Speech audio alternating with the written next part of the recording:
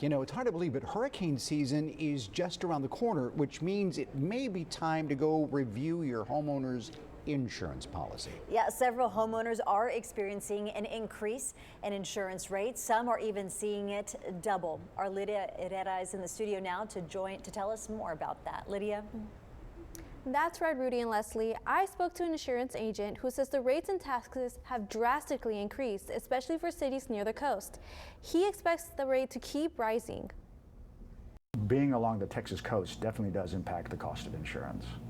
Ed Cantu has worked in the insurance industry for 39 years here in the Coastal Bend. He says the rates have been on the rise. According to insurance.com, the average cost of homeowners insurance in Texas is $4,142 a year.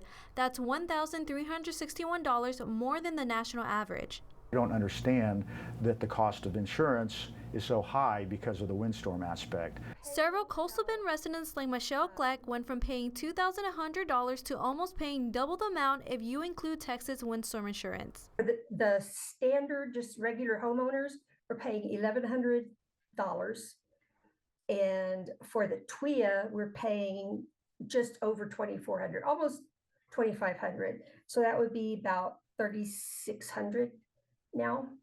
Although the rate increase is high, Cantu says now more than ever, it's crucial that people buy insurance policies for their home. That's a major investment that you have, probably the most expensive or the highest value investment that you ever purchase in your entire life.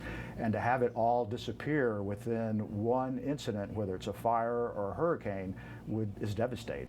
Gleck has experienced several hurricanes, and although her family has made some budget cuts to afford insurance, she says it's worth it. Whatever you can cut, you probably should cut, because if you don't have windstorm insurance and they're saying this is going to be a very active year, and I kind of believe them.